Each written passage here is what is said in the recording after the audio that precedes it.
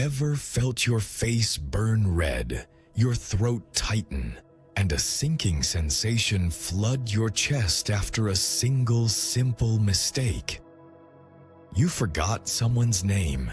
You shared a thought in a meeting and were met with silence.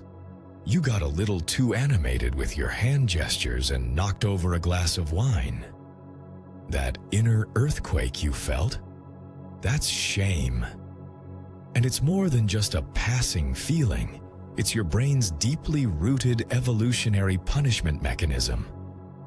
But here's a question. What if shame isn't your enemy? What if it's one of your brain's most misunderstood superpowers? To understand shame, you have to understand your brain's threat detection systems. When you experience shame, your body often reacts the same way it does to physical danger. That's not coincidental, it's evolutionary.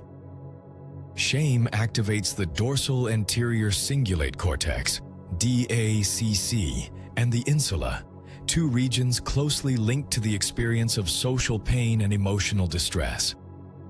The amygdala, the brain's fear center, lights up too, triggering the release of stress hormones like cortisol. Your heart races, your body heats up. You want to hide, disappear, not exist. Why? Because for most of human history, being excluded from the group wasn't just inconvenient, it was fatal. We are tribal creatures. Rejection from the tribe meant you couldn't hunt, couldn't protect yourself, couldn't mate, couldn't survive. So the brain learned a trick. It created a powerful internal signal, shame, to steer us away from behaviors that might get us cast out. This isn't mere metaphor. In fMRI studies, social rejection and physical pain light up the same neural circuits. Your brain treats embarrassment like a wound. Shame, then, is not irrational. It's ancient. It's a tool. If you think of society as a fragile balancing act of cooperation, shame is one of its oldest stabilizers. Anthropologists argue that shame evolved as a way to keep group members accountable. It's a moral emotion, rooted in how we believe others perceive us. It prompts self-evaluation and course correction. This is where it gets paradoxical. While shame feels deeply personal, it's constructed from other people's eyes. We become ashamed not just because we think we did something wrong, but because we believe others think we are wrong. Yet, we often keep shame private, feeding it in silence. This gives it power. In the shadows, it morphs into a monster. But here's the breakthrough. Shame cannot survive direct observation. Studies in psychology and neurobiology show that naming shame and examining it in a conscious, non-judgmental way, what mindfulness practitioners call compassionate inquiry, can deactivate the fear circuits. Instead of spiraling into avoidance or self-loathing, you can actually rewire your brain to reinterpret the emotion. In short, the key to overcoming shame is facing it. Embarrassment is shame's cousin, less severe, more fleeting, but it serves a similar purpose. It's your brain sending you a social signal. That didn't go well. Let's not do that again. Interestingly, embarrassment can increase likability. When people admit embarrassing stories, others often perceive them as more human, more relatable, even more trustworthy. Vulnerability, when safe and contextual, builds connection. In a 2012 study published in Emotion, researchers found that people who showed embarrassment, genuine, not performative, after a social faux pas, were rated as more pro-social, meaning people believed they were more cooperative and more loyal. So, perhaps shame isn't there to destroy you, but to protect your social bonds, if you can learn to use it wisely. Here's where shame becomes dangerous. In healthy doses, shame redirects behavior. In toxic doses, it builds identity. When the brain becomes conditioned to expect shame due to childhood trauma, bullying, neglect, or oppressive cultural systems, it begins to fire shame signals even in neutral situations. You start anticipating rejection where none exists. You interpret feedback as condemnation. You avoid opportunities for fear of looking foolish.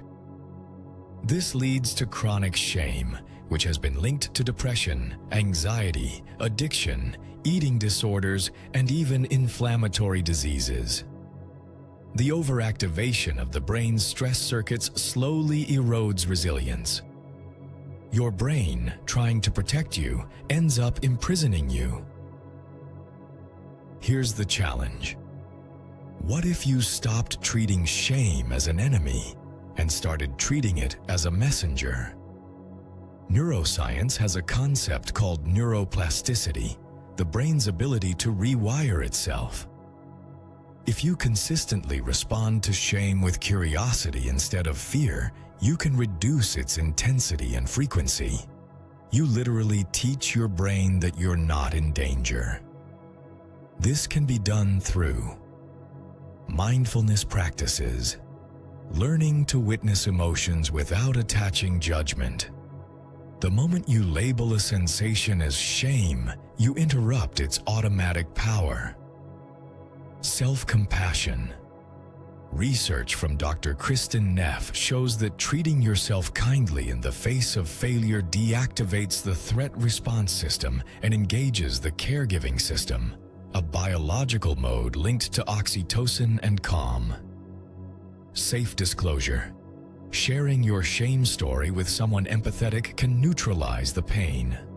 Brené Brown, a shame researcher, calls this shame resilience. Connection is the antidote. Cognitive reframing. When shame says you're unworthy, challenge it. Ask, is this belief useful or true? Often, shame is clinging to outdated survival patterns that no longer serve you. Shame wants to keep you safe, but safe doesn't always mean free. If your brain is using shame as a punishment tool, it's time to renegotiate the terms. You are not a helpless recipient of these signals. You are the interpreter, the rewriter. Because here's the truth no one tells you. The parts of you that you're most ashamed of. They are often the same parts that contain your story, your uniqueness, your capacity for deep connection. Your brain is powerful, yes, but you are not your brain. You are its master. You get to decide whether shame locks you in place or unlocks your transformation. So the next time you feel the sting of shame, pause. Instead of saying, I hate this feeling, try asking, what is this trying to teach me? Then dare to listen. Is shame just your brain's punishment tool? Or is it your most misunderstood teacher? The answer might just set you free.